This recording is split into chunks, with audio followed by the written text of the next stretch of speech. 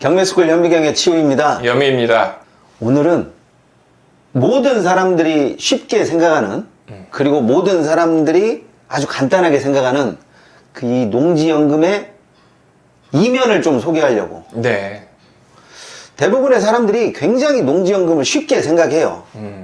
근데 농지가 어떤 것인지 또 농사는 어떤 것을 해야 더 유리한 것인지 이런 것을 전혀 모르는 상태에서 일단 농지연금의 금액적인 부분에만 끌리다 보니까 자꾸 이런 농지를 가지고 와서 이게 돼요 안 돼요 자꾸 물어보는데, 그런 부분에 있어서 좀 더 확실하게 교보제로 쓸만한 물건을 가지고 왔습니다. 오늘은 어떤 물건인지 같이 화면을 보도록 하겠습니다. 2023 타경 53913 임의경매 사건이고요. 소재지는 경기도 용인시 수지구 신봉동에 있는 용도는 답입니다. 답이니까 논이란 얘기죠. 그렇지. 면적은 1613제곱미터니까 488평 정도 되고요. 감정가가 6억 3,500에서 시작해서 한번 유찰이 된 상태입니다. 지목이 농지다 보니까 농지취득 자격증명은 당연히 필요한 상태이고요. 맹지라고 나와 있네요. 그리고 지상에 활, 잡목 등이 소재하고 있고요. 토지이용 계획 확인을 보니까 자연녹지하고 보존녹지하고 섞여 있네요. 그리고 현황은 전 및 임야 등 이렇게 나와 있습니다. 사진을 보니까 거의 산이네요. 야산? 이제는 농지연금에 대해서 여러 번 이야기를 하다 보니까 뭐 맹지다, 길이 있다 이런 부분에 있어서는 대체적으로 신경을 안 쓰시는 것은 저도 환영할 만한 일인데, 그 이후의 문제들이요. 어떤 문제냐면 과연 이 사진 속에 나와 있는 저것을 농지로 볼 수 있냐 없냐야. 그렇죠. 농지연금을 신청할 때 그 농지가 실제로 현황 농지로 사용하고 있어야 되거든요. 농지의 모습을 갖추지 않았으면 농지로 만들어 놓으면 되는 거 아니야? 이렇게 간단하게 생각하시는 분들도 있는데, 이런 식으로 사실상 자연림 성격을 띤 이런 농지는 농지로 바꾸기가 굉장히 힘들어. 그렇죠. 이 상황에서 어떻게 장비를 투입시켜서 어떤 식으로 농지를 만들 거야. 그런 부분까지 감안을 하셔야 되는데 딱 가격에 꽂혀버리니까 그 뒷말이 안 나오는 거예요. 자, 다음 사진을 보니까 이렇게 울타리를 쳐놓고 또 비료포대도 하나 있죠. 여기에 경작을 좀 했던 것으로 보이긴 합니다. 그러니까 전체 면적에서 경작을 할 수 있는 저 부분을 저렇게 테두리를 쳐놨다는 것은 장비가 들어가가지고 농지로 바꿔놓은 것이 아니라 사람이 했다는 얘기야. 그렇죠. 그러면 사람이 하는 거에는 한계가 분명히 있을 텐데, 아이고 어떤 식으로 농지를 바꾸려고 하냐 말이야. 그렇죠. 실제 이 토지 면적이 488평 정도 됐잖아요. 사람이 488평을 뭐 홈이나 아니면 삽으로 개간을 한다? 이거는 말이 안 되거든요.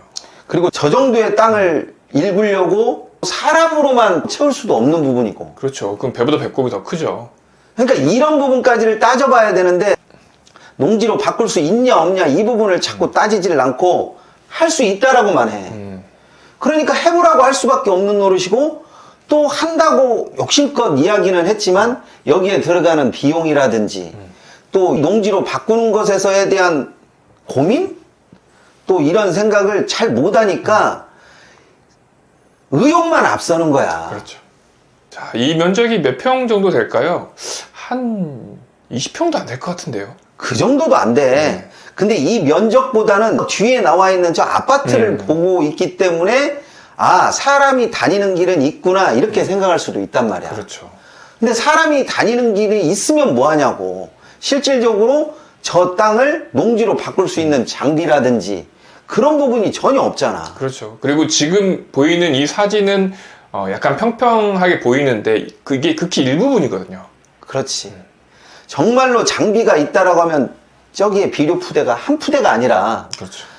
좀 더 많은 포대가 쌓여 있는 게 맞는 건데, 저런 식으로 되어 있다라고 하면 이만큼의 면적은 진짜 사람 한두 명이 와서 일구었다는 얘기밖에 안 돼. 이 사진도 보면 겨울에 찍은 사진이기 때문에 지금 보면 이렇게 뒤에 아파트도 훤히 보이지만 아마 한 5월 정도만 돼도 이 풀이 우거져 가지고 진입하기도 쉽지 않을 것 같아요. 누누이 얘기하지만 어떤 살림의 형태를 띈 농지는 다시 농지로 바꾸는 것이 진입로가 확보되지 않은 상태에서 농지로 바꾼다는 것은 배보다 배꼽이 더 커질 수 있다는 거 꼭 잊지 마시기 바랍니다. 그렇죠. 여기 사진 보세요. 이렇게 이쪽은 아래쪽이니까 아마 아파트를 짓고 있는 그쪽 부분 같고요. 그 울타리를 넘어서 이쪽 뒤쪽 어딘가라는 얘기죠. 벌써 이 나무들을 보면 진입하기가 만만치 않을 것 같습니다. 저 나무가 1년, 2년 자란 나무가 아니잖아. 그렇죠. 그러면 장비를 투입을 한다라고 하면 저 나무를 베면서 목적지까지 가야 된다라고 하는데 가는 길도 없을 뿐더러 길을 내가 오히려 만들어서 가야 되기 때문에 어느 정도의 농지연금의 효과를 거두기까지는 계속 돈이 들어가야 된다는 이야기야. 그렇죠. 이 찍어놓은 사진 보세요. 어디서 이런 사진을 찍었는지 모르겠지만 이쪽 어디를 일부 개간한 것 같아요. 그러니까 이 경매 감정을 하러 간 사람들도 어딘가 확정할 수 없는 거야. 제가 보니까 여기 아파트 벽 보이잖아요. 아파트 위쪽 어디 계단 같은 데서 찍은 것 같아요. 위에서 보라고. 쉽지 않죠, 이런데. 다음 사진도 마찬가지. 아까 그 테두리가 이만큼 보이네요. 울타리 쳐놓은 게. 그러면 경사도도 상당히 세단 얘기야. 그렇죠. 자, 이렇게 되어 있습니다. 이렇게 골짜기로 되어 있고 아주 일부분만 개간이 되어 있는 상태고 나머지는 어떻게 보면 임야죠. 임야로 되어 있고 또 이쪽은 그래도 지금 아파트가 지어지고 있잖아요. 그래서 아마 공시지가나 이런 부분은 유리할 것 같지만 실질적으로 접근을 해서 농지로 만드는 일은 어려울 것 같습니다. 보통 이런 수도권에 있는 농지는 가격이 굉장히 비싸. 그렇죠. 근데 가격만 비싸고 실질적인 공시지가가 낮은 경우가 있는데 이런 경우에는 아무리 좋아도 좀 참아야 돼. 그렇죠. 저도 이 물건을 추천을 했긴 했는데 만만해진 가격대가 아니면 쳐다보지 말라고 했었어요. 공시지가를 보니까 2억 2천이 채 안 되는 상태이거든요. 아까 신건이 얼마였죠? 6억 6천. 네, 6억 6천이었으니까 이거는 그 법원 감정가를 믿으면 안 돼요. 또 우리가 감정가의 90%라고 해가지고 아까 그 6억 6천에 90%를 생각하시는 분들도 있는데 이 법원 감정하고 또 농지연금을 위한 감정하고 또 다릅니다. 그렇기 때문에 법원 감정을 믿지 마시고 이런 땅은 보수적으로 이 공시지가를 기준으로 하는 게 낫죠. 가끔 이런 생각을 하시는 분들이 있어요. 6억 6천이면 만약에 6억만 나와도 내가 5억 얼마의 평가를 받을 수 있는 거 아니냐라고 하는데 만약에 그렇게 한다라고 하면 농지연금에서 처음부터 공시지가 아니면 그냥 감정가 이렇게 나왔겠지. 뭐하러 감정가의 90% 공시지가 100% 이렇게 나눠놨겠어요. 그 차이가 생각보다 그렇게 크지 않다라는 것을 알기 때문에 선택권을 넓혀주기 위해서 그렇게 했을 뿐이지 감정가가 훨씬 유리할 때가 있다라고 하는 것은 아주 예외적인 경우에서만 하나입니다. 자, 그러면 이 땅은 한번 유찰돼서 지금 4억 4천까지 떨어진 상태에서 1월 8일에 다시 시작을 합니다. 제가 보기에는 유찰될 것 같아요. 이번에도. 당연히 유찰되지. 그리고 이런 물건 같은 경우에는 실질적으로 임장을 꼭 한번 나가보시기를 바랍니다. 지금 겨울인데 겨울에 어느 정도 풀이 없는 상태에서 쳐다보는 것과 과연 5월, 6월 풀이 무성할 때 쳐다보는 것은 정말 다른 이야기가 돼요. 그렇죠. 지금 이 상태에서 한 번 더 떨어진다라고 하면 그래도 3억대야. 그렇죠. 그러면 이 상태에서 입찰을 감행해서 내가 들어가는 비용 그리고 농지연금 받을 때까지에 대한 기간 이런 걸 따지게 되면 나는 답 안 나온다고 봐.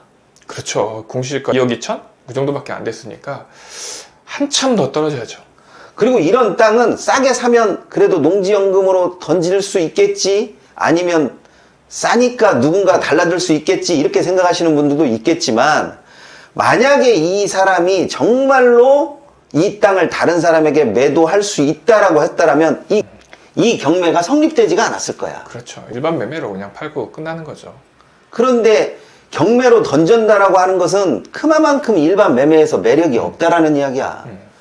여기에서 뭐 개간해가지고 뭐 하겠어요, 솔직히. 예전에 이렇게 자연림으로 되어 있는 거를 농지로 바꾼 우리 지게꾼님 영상이 또 있긴 있는데 그럴 때는 확실한 비전과 출구 전략이 있었기 때문에 가능했던 거고, 농사를 한 번도 해본 적도 없으신 분, 그리고 농사가 어떻게 되어야 한다라는 이해가 부족하신 분들이 단순히 농지로 바꿔놓으면 농지연금 주겠거니 이렇게 생각을 해서 달려드는 경우와는 진짜 근본적인 차이가 굉장히 큽니다. 따라서 이런 물건 같은 경우는 공시지가를 정말 보수적으로 생각을 해야 되고, 내가 이 농지연금을 만약에 못 던졌을 경우에는 이 물건이 진짜 영원한 가부가 돼버려. 그렇죠. 이런 상황까지 염두에 두시면 정말로 보수적으로 들어가야 됩니다. 이 물건 아니라 예전에 분당에서도 이런 비슷한 농지가 있었는데 굉장히 많은 사람들이 낙찰 받았다가 미납하고 또 유찰도 굉장히 많이 일어났고 그런 농지도 많이 봐왔기 때문에 초보자들 그리고 농지연금의 금액적인 부분에 매력을 느끼시는 분들이 이런 물건들을 많이 가지고 와서 물어보는데, 잘 알지 못하면 저는 차라리 손 안 대는 게 낫다라고 생각하는 거지, 무조건 해보세요, 그 다음에 안 되면 낙찰자의 목 아닙니까? 이런 식으로 해서 돈을 잃어버리는 그런 것은 별로 추천하고 싶지 않습니다. 저희가 농지연금에 관련된 또 강의를 준비하고 있잖아요. 저희가 온라인 강의를 준비하고 있으니까 관심 있는 부분은 이 설명 탭을 누르셔서 링크를 타고 수강해보는 것도 좋은 방법인 것 같습니다. 농지연금은 아는 만큼 내가 할 수가 있는 거고, 또 다른 사람들의 경험과 또 실제 이루어지는 어려움들을 내가 어떻게 극복하고 처리할 것인가에 대한 부분을 잘 따져보시고 선택을 하시는 게 좋지, 무조건 농지면 다 농지연금으로 해당이 된다, 이 생각을 조금만 깨시면 새로운 차원의 농지연금 농지가 보이실 거라고 봅니다. 네, 이번 시간은 여기까지 하도록 하겠습니다. 감사합니다.